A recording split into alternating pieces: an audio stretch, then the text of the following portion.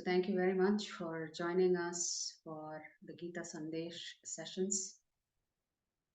Today we'll pick up a new chapter, which is chapter 8.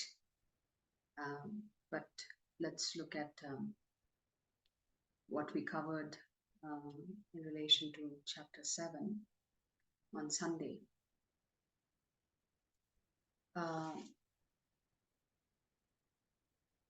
So in chapter 6, the chapter ends with a very famous verse that goes like this: Yoginam api sarvesham madgate nantaratmana Shraddhavan bhajate yomam same yukta tamo mataha. So, in that particular shloka, the Lord is glorifying his bhaktas. Although that entire chapter is about dhyana yoga, the Lord concludes that particular chapter by saying that better than a yogi, better than a tapasvi, better than a jnani, better than a karma yogi is actually his bhakta, who's not only always thinking about him, but more importantly, is always doing his utmost best to engage in loving service of the Supreme Lord. And we said chapters 7 to 12 constitute Bhakti Yoga, and the focus of attention has shifted from the Jivatma to the Paramatma and ultimately Bhagwan. But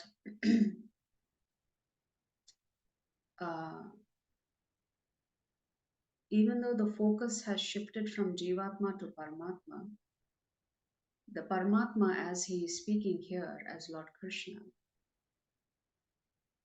still continues to talk about his devotees. So from chapter 7 to 12, the Lord actually glorifies his bhaktas. And the reason it is called Bhakti Yoga is because the bhakta is practicing bhakti to achieve Bhagavan. So it's the trifecta of the bees. The bhakta practicing bhakti to achieve Bhagavan Krishna. To achieve means to have that pure love for the Supreme Lord. That's why the middle 6 chapters are called Bhakti Yoga.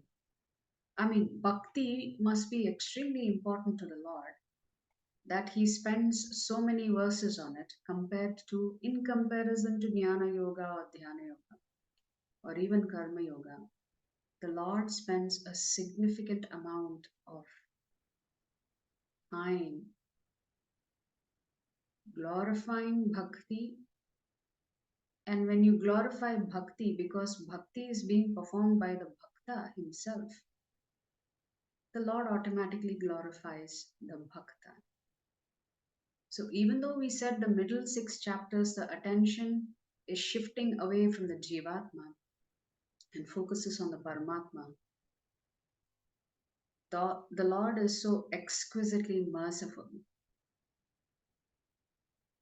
that he says, this bhakta of mine has simply conquered me through this process of bhakti. Hence the middle 6 chapters, the Lord is glorifying bhakti itself. Bhakti cannot be glorified because bhakti is actually performed by the bhakta. So when the Lord is glorifying bhakti, he is automatically glorifying bhakta. And we said the middle 6 chapters is like Arjuna taken an interview. It's like a reverse interview, a job interview. We said that in the 3rd chapter, the Lord has offered to Arjuna to come and work for him. Now it is up to Arjuna whether he wants to accept the job offer or not from Krishna. And how do we go about deciding whether we want to accept a job offer? We evaluate the pros and cons, the compensation, uh, the working hours, the insurance, all the additional benefits, whether you'll get a bonus or not, how will you be treated. And one of the important factors that we consider is who are we going to be reporting. So the person we'll be reporting to is the Supreme Lord himself. So the Supreme Lord has to tell us what kind of boss he is. So in order to tell us what kind of a boss he is that will tempt us to come and work for him and also accept the package that he's going to give us, the Lord begins to uh, talk about himself, but in the context of uh, Prakriti, Jivatma, and Paramatma. So he comes back to that trifecta. So we talked about how this first chapter, or rather the first shloka, emphasizes hearing.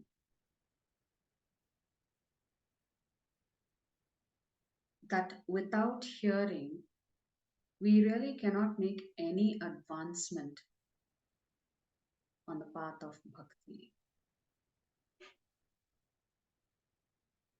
When we take birth, one of the first senses to develop is actually our sense of hearing. And when we leave this body, the last sense to abandon us is also hearing.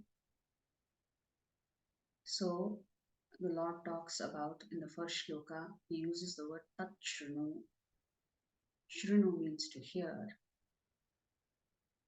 And there's a very nice pastime of Srila Prabhupada's spiritual master. And Prabhupada's spiritual master's name is His Divine Grace Bhakti Siddhanta Saraswati Thakur. He also goes by the name of Srila Prabhupada. It's just an affectionate way of calling your spiritual master.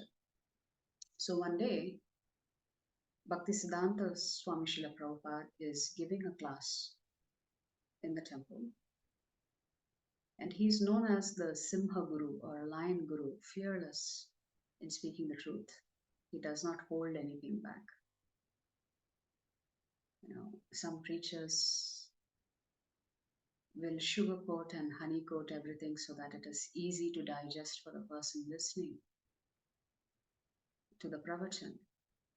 But some preachers do not hold back. They just speak the truth. And some people like it and some people don't.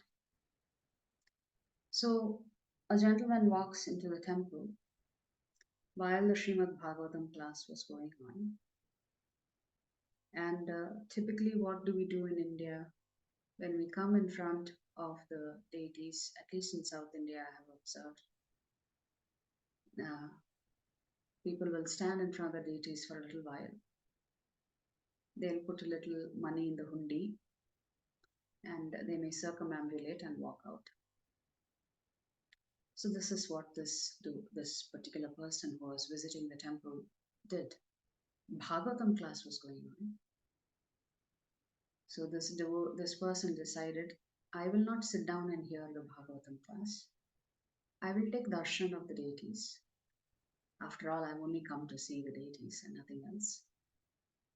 He drops some money in the hundi and he begins to leave.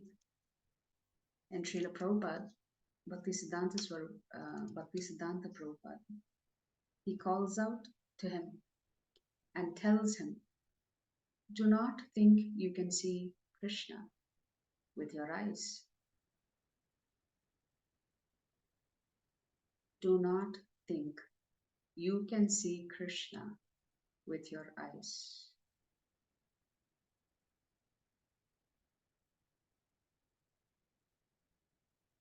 So we can only see Krishna through our ears, which means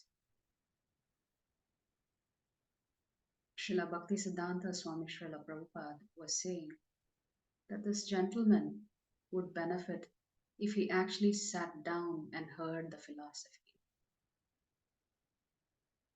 Because by hearing about Krishna, we will be able to see Krishna in everything and everywhere. The more we hear about the Supreme Lord, the more our hearts and our consciousness gets purified. So, which means simply going in front of the deities and taking darshan, although it does have benefit. I heard one preacher say it's more like an eye massage. You blink, you see the deities, and then that's it. So it is good to take darshan, no doubt. But simply taking darshan of the deities in the temple without understanding the philosophy, uh, one cannot have bhakti for it.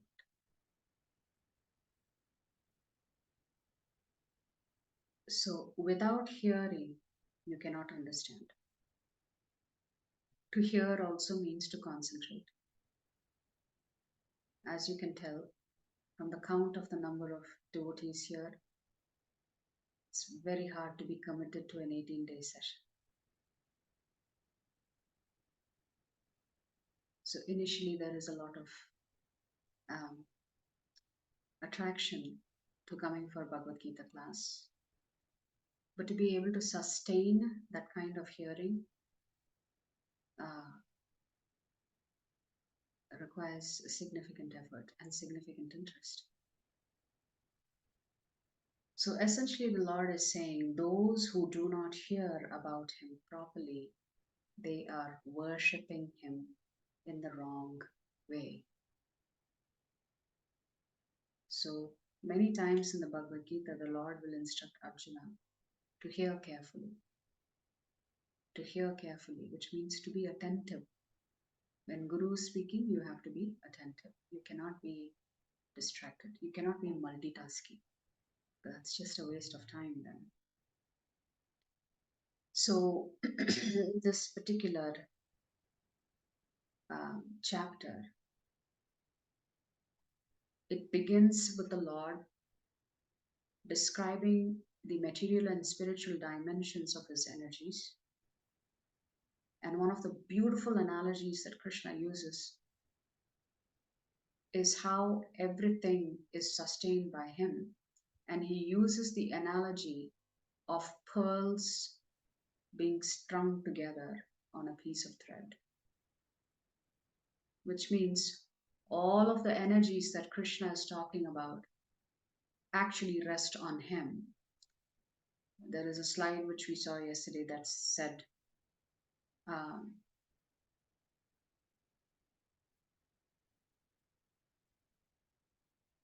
through the unseen, you can recognize the seen. The thread is not visible in that pearl necklace. Only the pearls are visible. But the person who knows how those pearl necklace actually becomes a necklace will clearly understand that there is something supporting all of those pearls.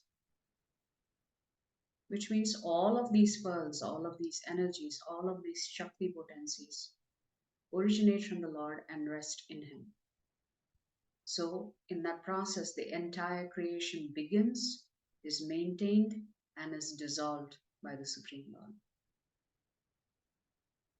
Although the Lord says Maya Devi is tough to overcome, He does give us a hint in the 8th chapter by saying, but those who surrender to Him can actually easily cross over it by His mercy. And in this process, the Lord also talks about um, 4 kinds of people who accept Him and 4 kinds of people who reject Him. And who are these 4 kinds of people who accept Him and 4 kinds of people who reject Him? The Lord talks about those who are in distress, those who are seeking prosperity of any kind, those who are curious, and then those who are actually seeking to know about the absolute truth. And we can give examples directly from the scriptures in terms of who are people from the scriptures who fit this category. So, artaha means distressed. So, one example from the scriptures about the distressed is Gajendra. Gajendra is this elephant who used to be a very well known king called Indradyumna in his previous birth. Anyway, for whatever reason, he is taken on the body of an elephant. He gets trapped in a water body by a crocodile, and all his family members try to get him released from the jaws of the crocodile, but he is unable to. The crocodile is a creature of the water, the elephant is not. So the crocodile was naturally in a stronger position. It was in its elements to dominate or even a very large animal like an elephant. Somehow or the other, through the Lord's mercy, this Gajendra, the elephant, remembers some shloka from his previous life, and he recites that shloka in distress. His family had tried, he had tried, he cannot extricate himself. His foot is stuck in the crocodile. And it is said that this went on for hundreds of years. It was not just a few minutes. So in distress, he calls out to the Lord, remembering one shloka from his previous life. And the Lord immediately appears on Garuda to rescue him. So this is an example of somebody in distress calling out to the Lord, and the Lord immediately reciprocating with his devotee. Those who are desirous of wealth, that is called artha-arthi, artharthi.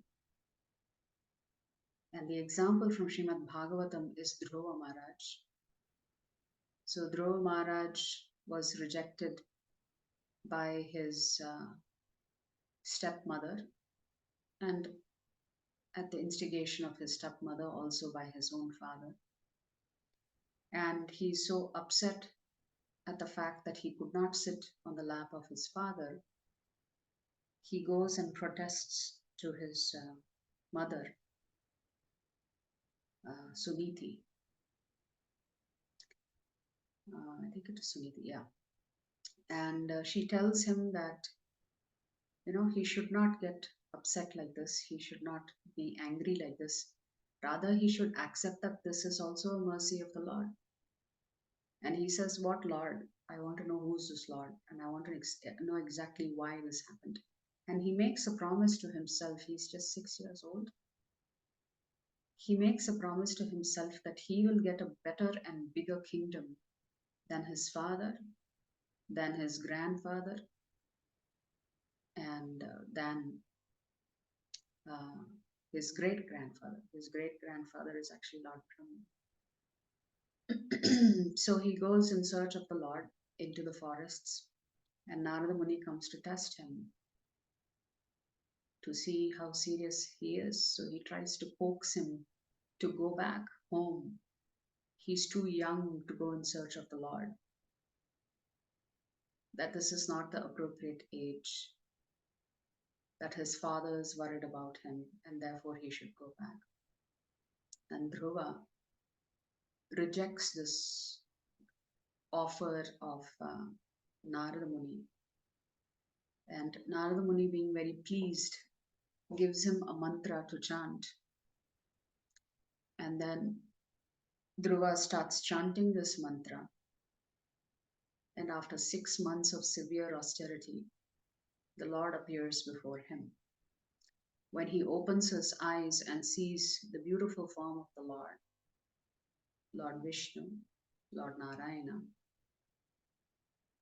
he tells the Lord, ah, what a horrible mistake I have done.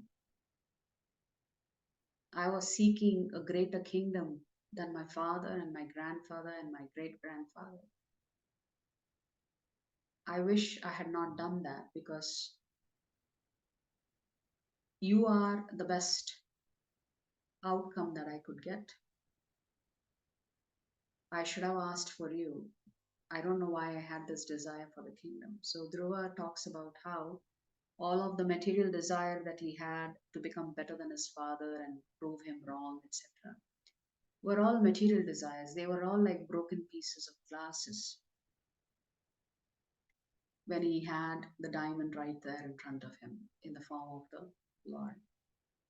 So the Lord also responds to those who are seeking wealth or success in different ways. Then Jignyasa, the curious.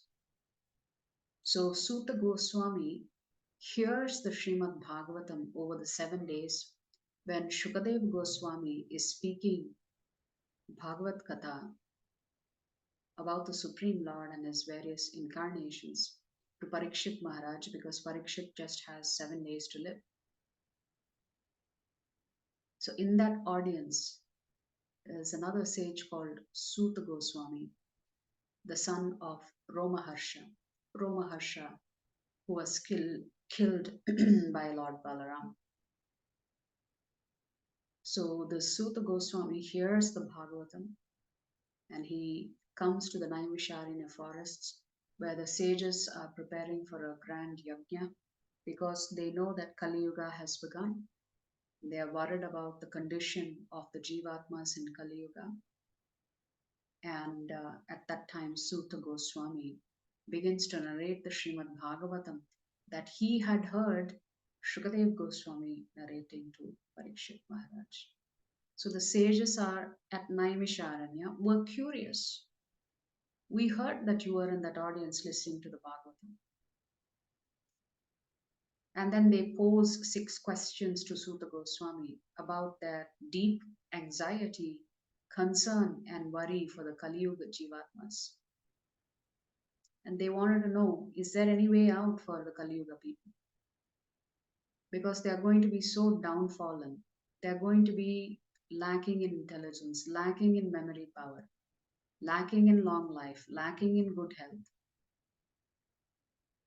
What chances do the Jivatmas have in Kali Yuga for liberation when things are going to degrade so severely? And in response to those 6 questions that the sages of Naimisharanya ask Suta Goswami out of curiosity, out of anxiety, this is Jignyasa. So the Lord says this is the third kind of personality who wants to know more about me.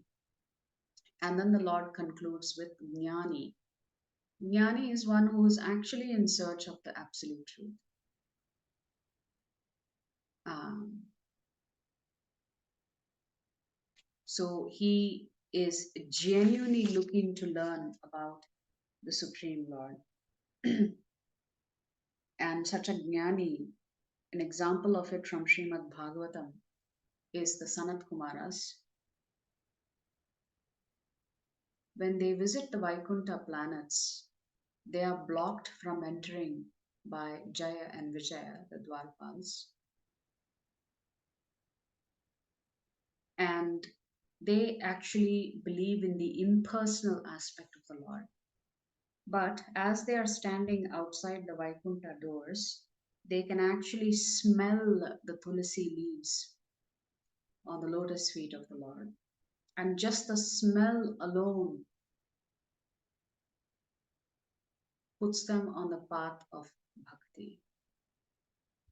So, Artha, Artharthi, Jignyasa, and Jnani. These are the 4 kinds of pious people, the Lord says, who surrender to Him. And then the Lord talks about 4 kinds of people who do not surrender to Him. He calls them Moodha, Naradhama, Maya Pahrita Jnana, Ashram Bhavamarshitaha. which is those who just work hard. He calls them grossly foolish. They work like asses. Then he talks about the lowest of mankind who are extremely uncivilized. He talks about the intellectuals, or rather the so called intellectuals, who are misled themselves and mislead the rest of society. They may present bogus propaganda as knowledge simply because they are very suave speakers and they have excellent command over language, or they have the capacity to influence others. He calls them Maya Pahrita Jnana, which means they don't acknowledge the presence of the Supreme Lord, but they go about propagating all kinds of other nonsense philosophy. And then the fourth category the Lord talks about is the demons, or these people who are demoniac in nature. Ashuram Bhavamashritaha. And he says these are essentially atheistic people. He says these four kinds of people will never ever surrender to me. Of the four kinds of pious people who approach him, the Lord says the Jnani is the best. And then the Lord comes back to his devotees. And he says, Bahunam Janmanam Ante Jnanavam Mam Pravatyate Vasudeva Sarvamiti Samahatma Sadhurlabha. After many births and deaths, he who is actually in knowledge surrenders unto me, Krishna says. Such a person knows me to be the cause of all causes. And then the Lord says, such a person is very rare. So after comparing these four kinds of people, the Lord concludes by saying, outside of these four, there is one more personality. That personality is a very pure devotee. And such pure devotees, the Lord says, is very, very rare. And then the last section of this particular chapter, which is a little bit more difficult to swallow, especially for those of us who are worshipping demigods. The Lord talks about how those who worship demigods are not very intelligent because they are focused so much on material desires. They don't understand that whatever results that the demigods give are going to be temporary. And if anybody who has faith, strong faith in the demigods, the Lord says they will actually end up in the planet of the demigods. So even the planet of the demigods goes through dissolution. So Krishna says, I am the one who is actually sanctioning everything. Yet there are some who are beholden to the demigods. So we'll look at the final two shlokas of chapter 7, which actually sets the stage for chapter 8. I just want to briefly cover the first shloka to just explain to you how precisely the Lord talks about the process in this one shloka. So in this particular shloka, we're going to go in reverse to explain to you the Lord's step-by-step logic here. So the Lord says here, Maya Saktamanaf Partha Yogam Yujjanmadashrayah Asamshayam Samagram Mam Yathagnyasya Tachrunu. The Lord is saying, now hear, O son of Pratha, how by practicing yoga in full consciousness of me, with mind attached to me, you can know me in full, free from doubt. So the English construction of the sentence is a little reverse compared to how the Sanskrit is structured. So we're going to begin in reverse. Chrunu. The Lord begins by saying, you have to hear. When you hear, what happens? And if, let's say, you're constantly hearing about the Bhagavad Gita, hearing about the Srimad Bhagavatam, hearing from the scriptures about the position of the Supreme Lord, what happens? Yata jnasyasi. The more you hear, the more knowledge, complete your knowledge becomes of the Supreme Lord. When your knowledge about the Supreme Lord is established, what happens? Asamshayam, samagram. Asamshayam samagram, which means all your doubts are removed. So by hearing, you acquire knowledge. The more knowledge you have, it removes any remaining doubts that you have. It strengthens your faith in the Supreme Lord. And when your faith is strengthened in the Supreme Lord, what do? Mad ashrayaha. When you're convinced that Krishna is the Supreme Lord, what's the natural thing you're going to do? You're going to take shelter of the Supreme Lord. Hence the Lord says, Mad ashrayaha. So after you take shelter of the Supreme Lord, what happens? Yogam yunjan. You perform that yoga that allows you to unite with Him. Here it is Bhakti Yoga that allows you to directly unite with the Supreme Lord. All the other yogas are an indirect way of trying to connect with the Supreme. Yogam yunjan. So you begin to practice Bhakti Yoga. When you begin to practice Bhakti Yoga, what happens?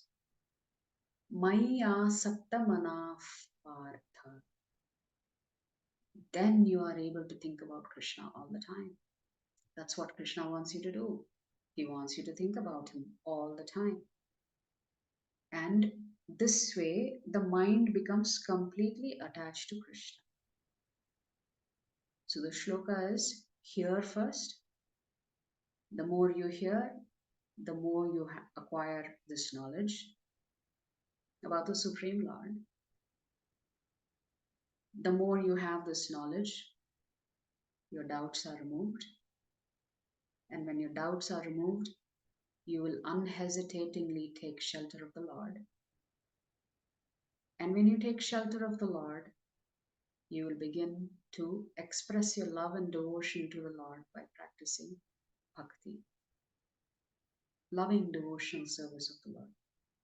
And like this, slowly, you begin to always think of Krishna. Your mind becomes attached to Krishna. So in one shloka, the Lord has articulated step by step what happens in this process of bhakti. That means the process of bhakti begins with hearing. Everything begins with hearing. Hearing from whom? Hearing from a bona fide guru. So you have to constantly hear about Krishna. Only then the rest of the steps will follow. You can develop faith, attachment, love only through hearing. Of course, there are other aspects of this process in your sadhana, but everything begins with hearing. Dhruva Maharaj heard the mantra from Narada Muni. Prahlad Maharaj heard the Srimad Bhagavatam while he was in the womb from Narada Muni. He had not even seen his Guru. He was just hearing the Guru's voice. Parikshit Maharaj heard for 7 days about the pastimes of the Lord from Sukadev Goswami. The sages in Naimisharanya heard attentively to Sutra Goswami relay the Bhagavatam all over again to them because he had heard it. So hearing is a very important facet in the process of Bhakti Yoga. But in this particular chapter specifically, Krishna is talking about those who practice bhakti, but they are also interested in practicing meditation. Because the 6th chapter ended with meditation, the Lord sets the stage for the next chapter. So you remember we read this particular shloka. Intelligent persons who are endeavoring for liberation from old age and death take refuge in me in devotional service. They are actually Brahman because they entirely know everything about transcendental activities. Those in full consciousness of me, who know me, the Supreme Lord, to be the governing principle of the material manifestation, of the demigods, and of all methods of sacrifice, can understand and know me, the Supreme Personality of Godhead, even at the time of death. So, in the second chapter, Krishna has told us the importance of remembering him at the time of death. So, he's come back to the topic and he's going to pick up this topic in chapter 8. So, the kind of bhakta that the Lord is defining here in the last two shlokas is called the Yoga Mishra Bhakta. They are not considered to be pure devotees of the Lord.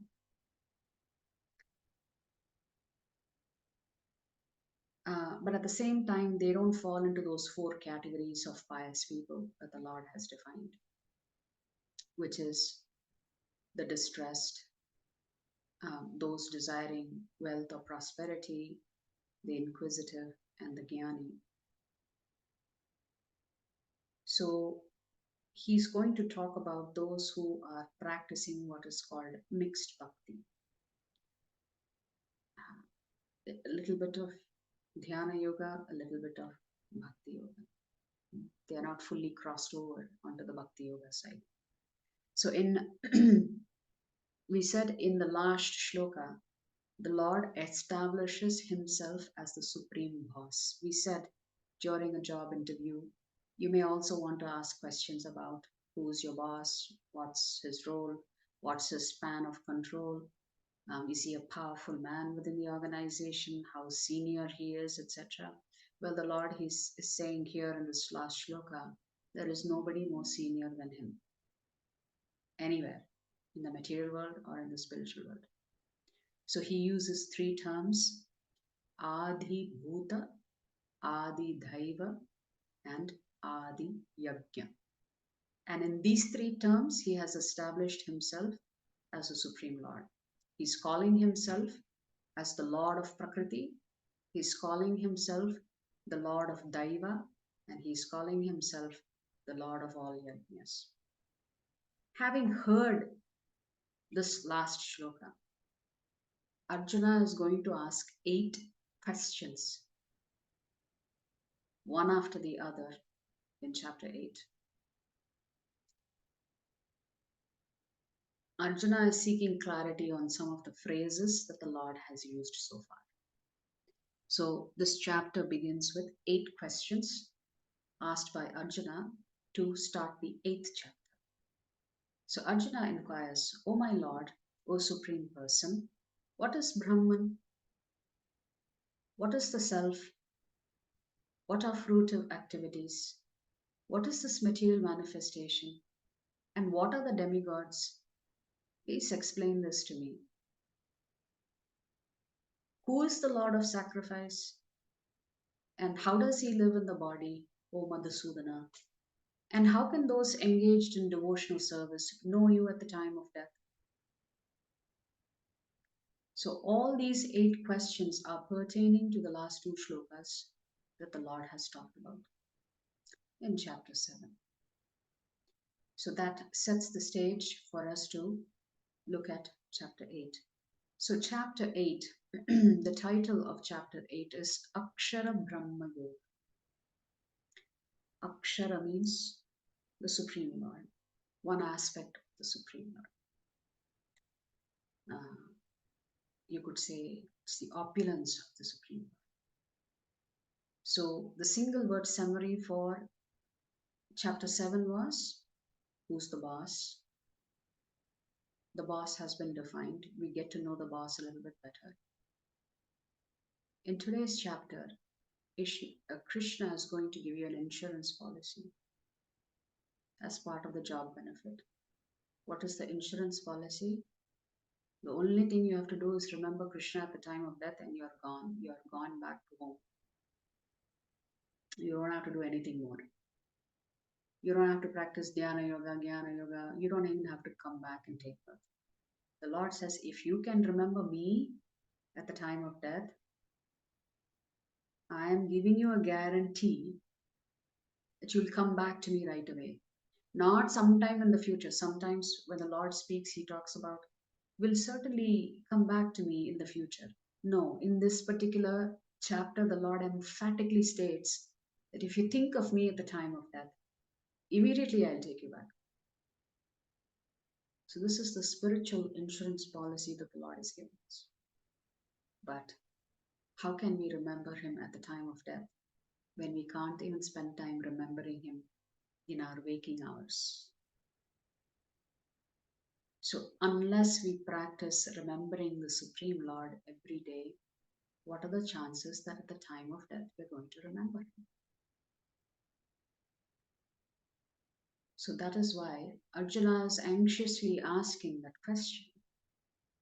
How can those engaged in devotional service know you at the time of death? I mean, at death, so many other concerns will be flashing through your head. You may be attached to your family members, you may be thinking about some financial situation. What is the guarantee that a devotee who has practiced remembering Krishna throughout his life, what is the guarantee that he will remember Krishna at the time of death? Because death is considered to be a very painful event for the Jivatma. So that these are the 8 questions that Arjuna asks. So, Akshara Brahma Yoga, attaining the Supreme, which is how can you end up living with Krishna after having practiced devotional service at the time of death? What happens to you? So, Krishna talks about different types of death and different destinations that you achieve. Before we begin, let's offer our most humble obeisances to His Divine Grace, A.C. Bhaktivedanta Swami Srila Prabhupada, Srila Prabhupada Ki Jai. So today's acronym is DEAD. The chapter begins with Arjuna's doubts. The final exam for us at the time of death is to remember Krishna. If we have not remembered Krishna at the time of death, we have failed the exam, and therefore we have to take birth. So one cannot hope to pass the final exam just on the wings of luck. It will not happen. So Krishna talks about how we can attain Him and how His devotees attain Him. So let's look at the 8 questions of Arjuna. Arjuna has asked, what is Brahman? What is Adhyatma? What is Karma? What is Adibhuta, Adidhaiva, Adiyajna? And this Adiyajna, who is he and where does he live? Is he actually a person or is it an imagination? And then how can your devotees remember you at the time of death, Krishna? That's the question Arjuna has. So to these 8 questions, Krishna answers 7 questions right away. To the 8th question about how can we remember him at the time of death, the rest of the chapter, the Lord talks about death. So what is Brahman? Brahman is the indestructible living entity, which is the Atma.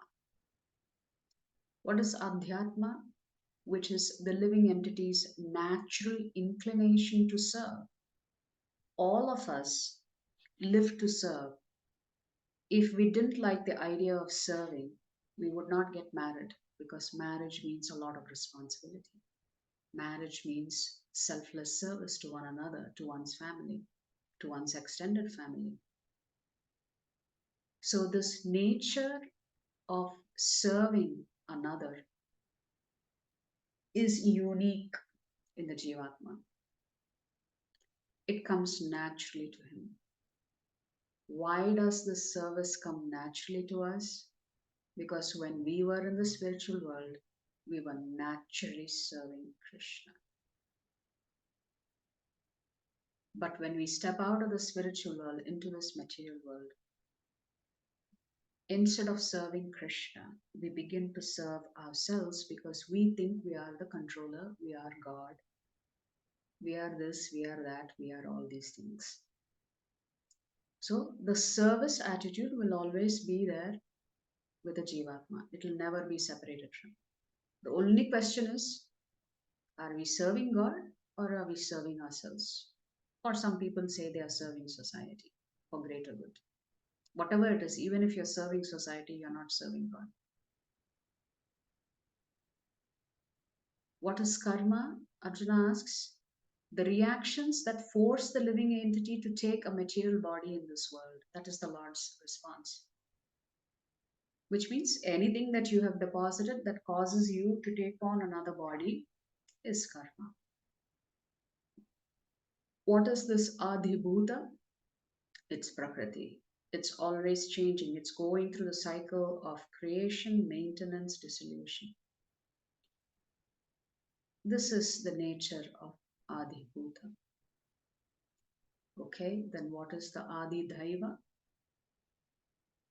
Krishna responds by saying this Adi Daiva is someone who presides over all the demigods and their planets in the form of the Virat Rupa, the universal form of the Lord. The Lord refers to this in chapter 5 as Sarva Loka Maheshwaram. This Maheshwara is the Virat Rupa form of Lord Vishnu. He is also known as the Vishwarupa, the Vishwarupa Darshan that Arjuna gets later on. This is Adideva. Adideva means the sum total of all of the material elements as well as all of the demigods put together. All of them is Adideva. Adi Yajna. Adi Yajna, Krishna says as Paramatma, I am the one who is accepting all sacrifices. Bhoktaram Yajna Tapasam. And then Arjuna asks, okay, who is this Paramatma? Where does he live? And what does he do? So Krishna is saying this Adi Yajna is actually residing within everyone's heart. Ishvara Sarva Bhutanam as Paramatma. And to the last question, which is the focus of the rest of the chapter.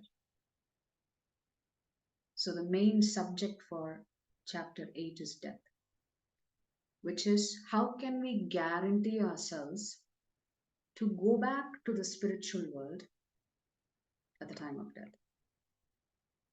Are there any shortcuts here? Will the Lord help us somehow or the other? We've tried hard, but let's just say we don't succeed remembering Krishna at the time of death. Will the Lord come and get us anyway? So you could say this chapter is about the art of dying. So Krishna says in the 5th shloka, Antakale cha mameva smaran muktva kalevaram yah prayati samadbhavam yati nastyatra samshayah.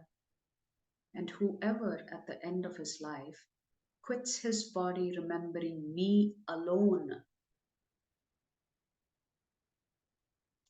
Krishna is emphasizing you cannot think about anything else.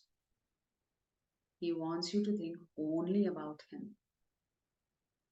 And the next phrase, at once attains my nature. Krishna is not saying in a future birth, maybe. No, he's saying if you remember only Krishna at the time that the soul is exiting the body, Krishna is saying you will attain my nature.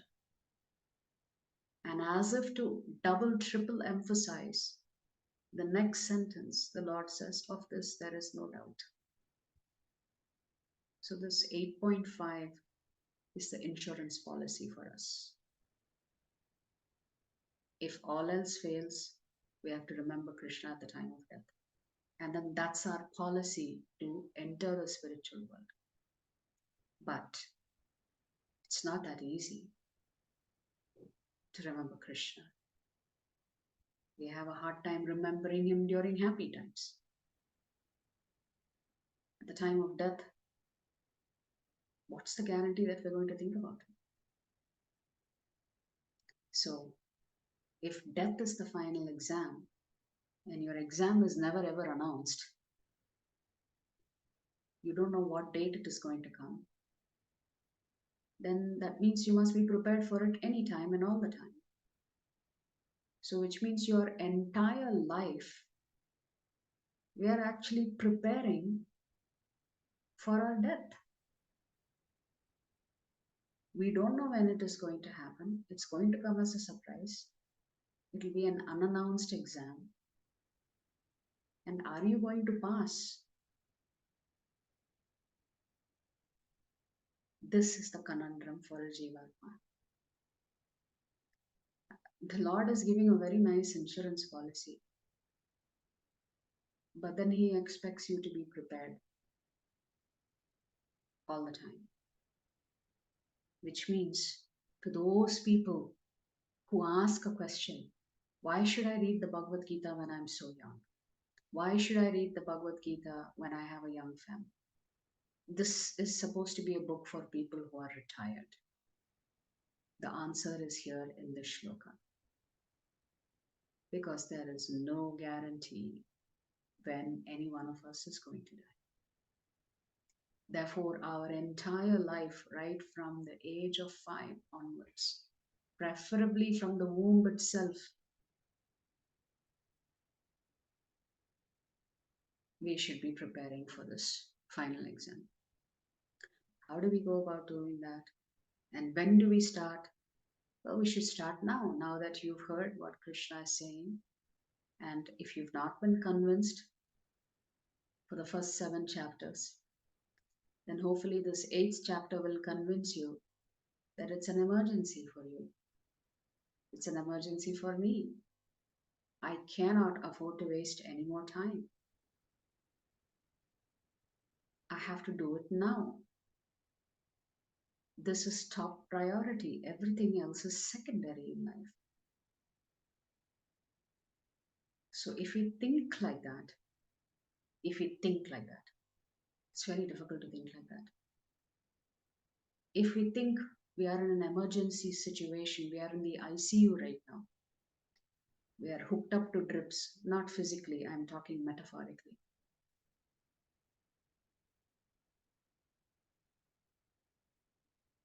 If we understand what a difficult situation we are in,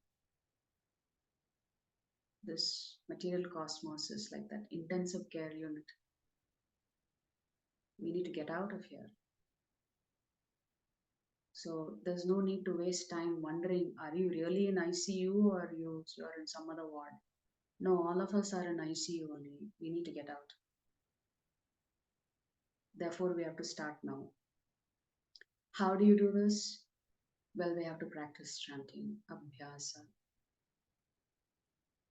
We have to come back to that ABCD principles that we've been talking about. Associating with the devotees, reading the scriptures every day, immersing yourself in the scriptures every day, chanting the holy names of the Lord with absolute faith and dedication every day,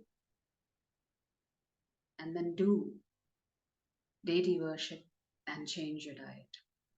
So, which leads Krishna to say that this is how we should always remember. So, in the 8th shloka, so in the 5th shloka, the insurance policy is here. And whoever at the end of his life quits his body, remembering me alone, at once attains my nature. Of this there is no doubt. And contrary to what is in shloka 5, Krishna says, whatever state of being one remembers when he quits his body, O son of Kunti, that state he will attain without fail. Which means even this the Lord is guaranteeing. The Lord is saying, if you don't remember me, let's say you're thinking about your dog because you're very attached to your dog, well, you are going to get a dog's body in your next life because you're so attached to the dog. If you're very attached to your family members and you don't want to let go, well, you're going to have to take birth again so that you can revive your relationship with them in the next life. So Krishna is warning us in Shloka 6, what will happen if we don't think about him? Well, Krishna says very simple. Whatever images are going through your mind, whoever you're thinking about, whatever you're thinking about, guarantee you will get that. Right? So that's the slippery slope we are on. That's why we have to keep training our mind to think about Krishna all the time. Then Krishna says, therefore, Arjuna, you should always think of me in the form of Krishna and at the same time carry out your prescribed duty of fighting. What is fascinating about how Krishna turns the tables on Arjuna, so to speak, is as follows. In chapter 2, Krishna said, because all of us have to work for a living, Krishna says, well, whatever you want to quote unquote win, you have to do the work associated with it. If you want to experience some success in life, any material success requires you to work hard. So in chapter 2, Krishna is telling Arjuna, at least please do the work. If you want to win the kingdom, you have to work hard for it. You can't just run away from it. Later on, Krishna says, do your work as a matter of duty. First, he says, work because if you want anything good in life, you have to work. Next, he says, do your work as a matter of duty. So these two options Krishna has given Arjuna in chapter 2. One is work for success, whatever you define as success, not what's Krishna's definition of success. It's your definition of success. Then he says work as a matter of duty. Then in the third chapter, Krishna says, do your duty and remember me like Janaka Maharaj. And in the 8th chapter, he's saying, first remember me and then do your duty. So you see how Krishna has just flipped. But he's doing it slowly. He's building this slowly for Arjuna until he comes to the realization, yeah, actually it's better for me to remember Krishna and then work. So as I'm doing my duty, I should remember Krishna. So in chapter 3, it was do your duty and remember me. Here it is, first remember me and then do your duty. Therefore, Arjuna, you should always think of me in the form of Krishna and at the same time carry out your prescribed duty of fighting.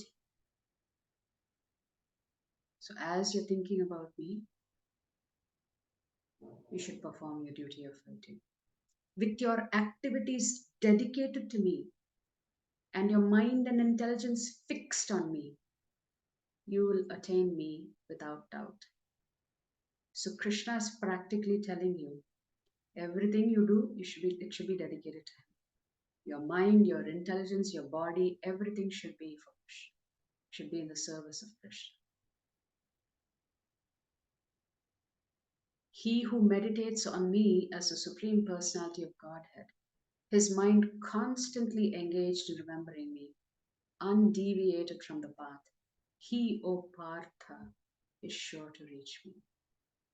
One should meditate upon the Supreme Person as the one who knows everything, as he who is the oldest, who is the controller, who is smaller than the smallest, who is the maintainer of everything, who is beyond all material conception, who is inconceivable, and who is always a person. He is luminous like the sun, and he is transcendental beyond this material nature. And from Shloka 10 onwards, begin the shlokas on different types of death. You can read up on that on your own. We will not go over that in detail today. But essentially, Krishna is saying those who are practicing Ashtanga Yoga and they leave their body, what is their destination? Those who practice Bhakti Yoga, what is their destination? And then the topic shifts to the Lord comparing the material world with the spiritual world. So, in the Ashtanga Yoga process, the Lord says one has to practice what is called Satchakra Yoga. and raise the life air to the Agnya Chakra. Another way of doing this is by chanting Om. One more way is to give up all sense gratification, including uh, any sexual activities. And then, of course, fixing the mind on the heart region where the Atma and Paramatma are. But Bhakti Yoga is the easiest way to do this. All we have to do is chant the holy names of the Lord, read every day, hear every day, offer some service to the Lord. The Lord uses the word Sulabha. This is very easy, the Lord says. Anyone from any walk of life can perform this Bhakti Yoga. There is no need for you to renounce anything. You don't have to give up anything at all. You don't have to give up. You just have to add Krishna to your life. That's all you have to do. So one has to follow some regulations and perform from whichever position one is in. And this is the most direct way to engage in the service of the Lord because it's the fastest way to purify oneself. So Krishna says bhakti brings you peace. Bhakti cannot be checked. Once you start practicing it, you will just keep improving and succeeding.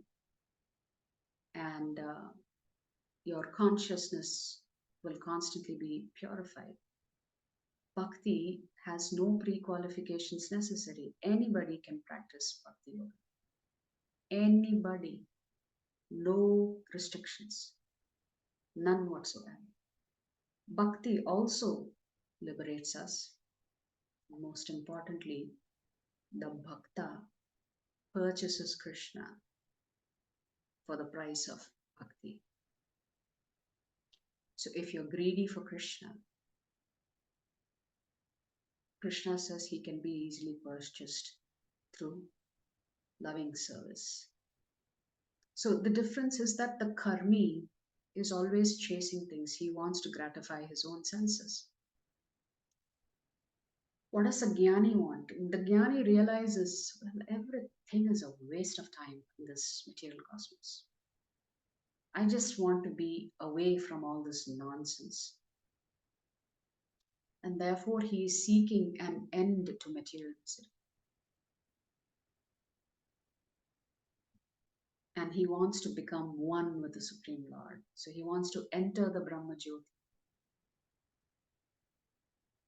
What does the yogi want? The yogi wants to acquire mystic siddhis. So he can produce ash, he can produce gold chains, he can produce this, that, or the other. He can pluck fruits from very far off and give it to you. And you'll be zapped thinking, wow, this person I will surrender to. He's got great power. He must be God. No, he's not God. He's just acquired siddhis because of his yogic practice. But who can actually please the Supreme Lord? The pure devotee. All they want to do is make Krishna happy. That's all a devotee's life is. How can we make Krishna happy?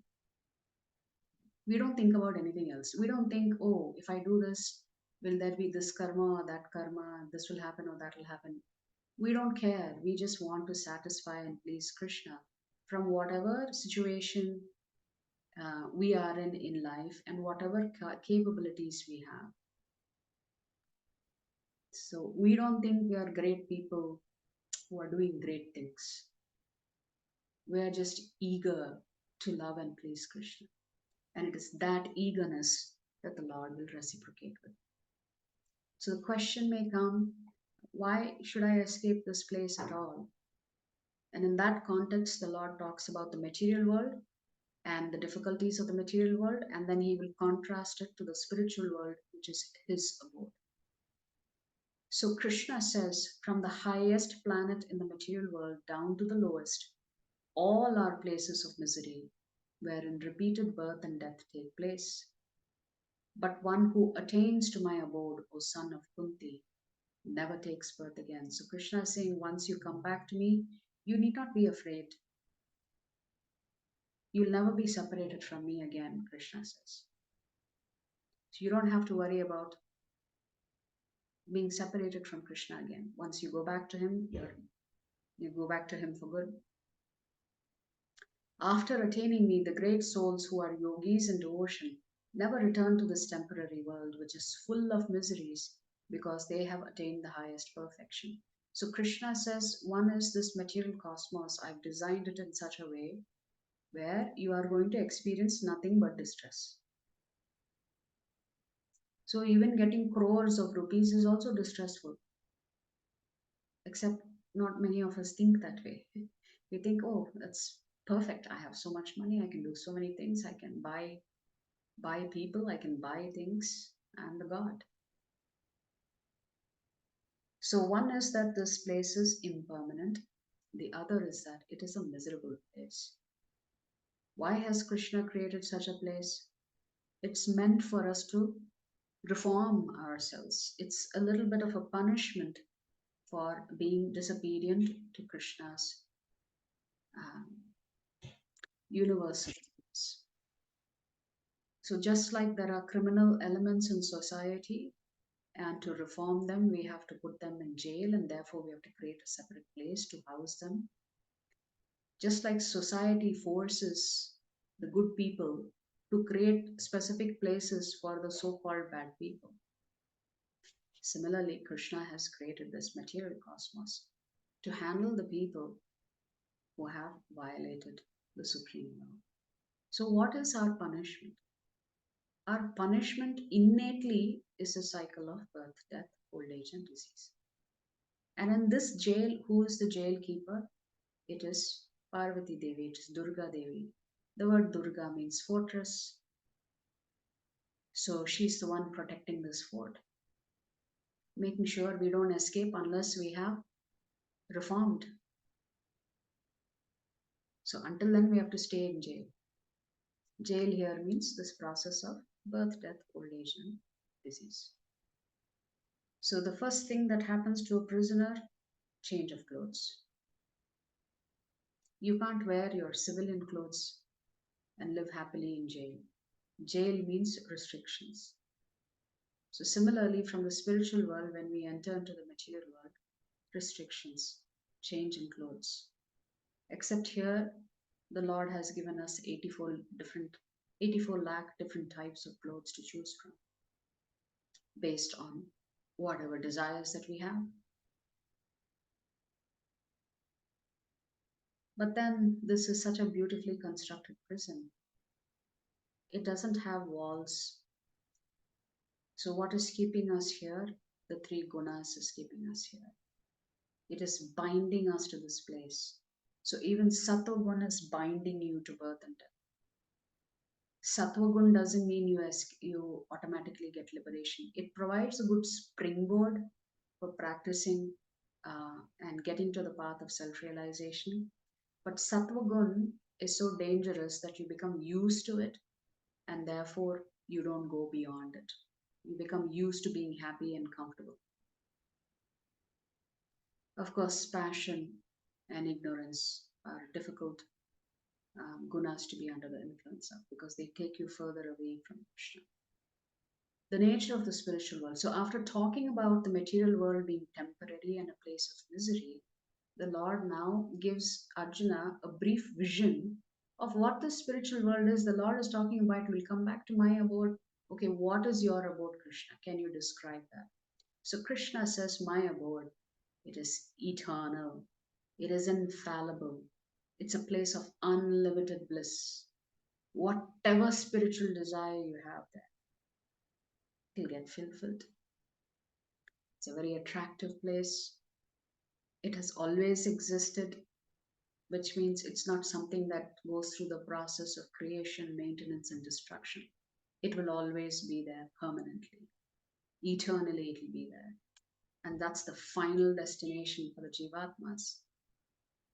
It's a place when you go to, you don't have to return back to jail. Once you've entered the free world, the Supreme Lord's abode, where you are happy to serve Him as a servant, you don't have to worry about taking birth again. So, Krishna is tempting us with what that spiritual world looks like. What can we expect when we go there? So, then, How do we get there? So the yogis get there by determining the exact time they should leave the body. So the yogis can time their death. If they don't time their death properly, finished all that they've practiced, they have to come back again and try it all over again. So let's just look at these shlokas 23 to 26. What is the Lord saying about how precise things need to be for you to go back, which is other than remembering. So, O best of the Bharatas, I shall now explain to you the different times at which passing away from this world, the yogi does or does not come back. So, Krishna is saying it all depends on them. Those who know the Supreme Brahman attain that Supreme by passing away from the world during the influence of the fiery god in the light at an auspicious moment of the day, during the fortnight of the waxing moon, or during the 6 months when the sun travels in the north. So multiple criteria, 4 or 5 different criteria have to be met for those yogis who have to precisely time their death so that they never come back into this material world again.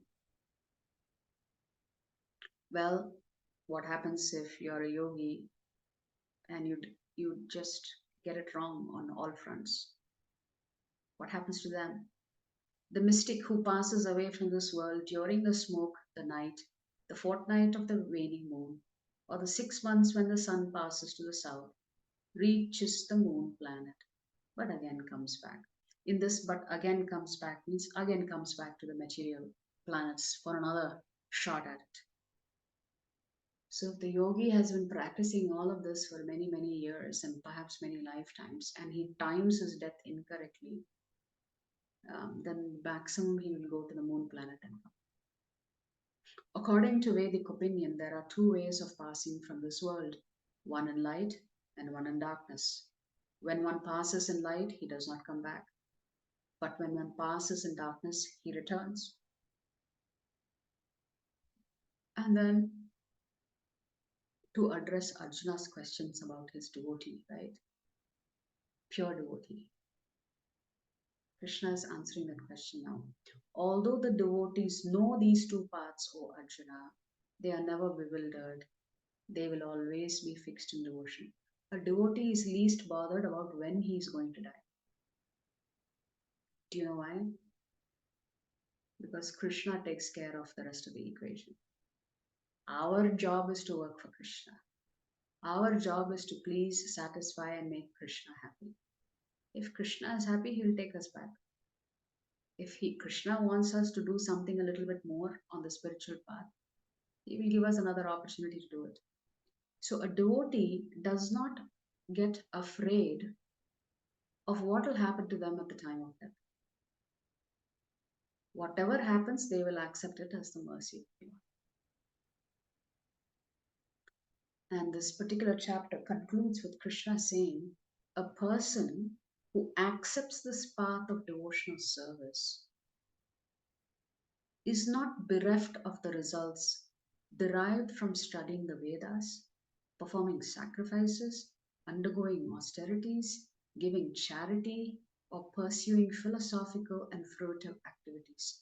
Simply by performing devotional service, he attains all these, and at the end, he reaches the supreme eternal abode.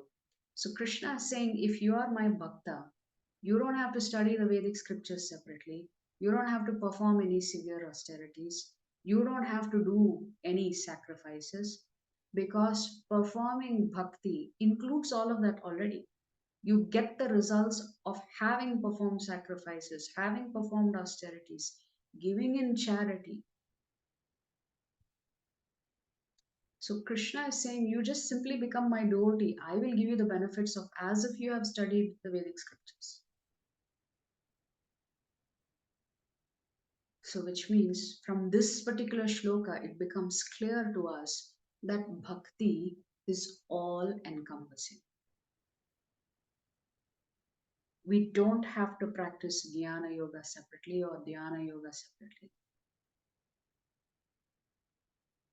We began this chapter by saying, in the 7th chapter, Krishna is talking about the Yoga Mishra Bhaktis, because there are a couple of shlokas in the 8th chapter that we didn't go over, probably shlokas 13, 14, where the Lord talks about how someone who's practicing Dhyana Yoga, how they exit the body. But here, the Lord is concluding by saying, actually, you don't practice this mixed bhakti, half this, half that. You practice full bhakti only. I will give you the results of everything. So, this is the insurance policy for the Lord's devotees. Otherwise, the Lord expects you to remember Him at the time of death. But for the bhakta, there is a reduced premium, you could say. We just have to surrender to the Supreme Lord, and the Lord takes care of everything else. So, therefore, the rules that the Lord has talked about death does not apply to the devotees. Why? Because devotional service encompasses everything, and Krishna takes care of everything for us. We don't have to worry independently of what will happen to us at the time of death. So somebody asked Prabhupada, what if we don't remember Krishna at the time of death? We're chanting his name all the time. We're trying to remember Krishna all the time. We're trying to follow the instructions of Guru, Sadhu, and Shastra all the time. What if I die in an accident?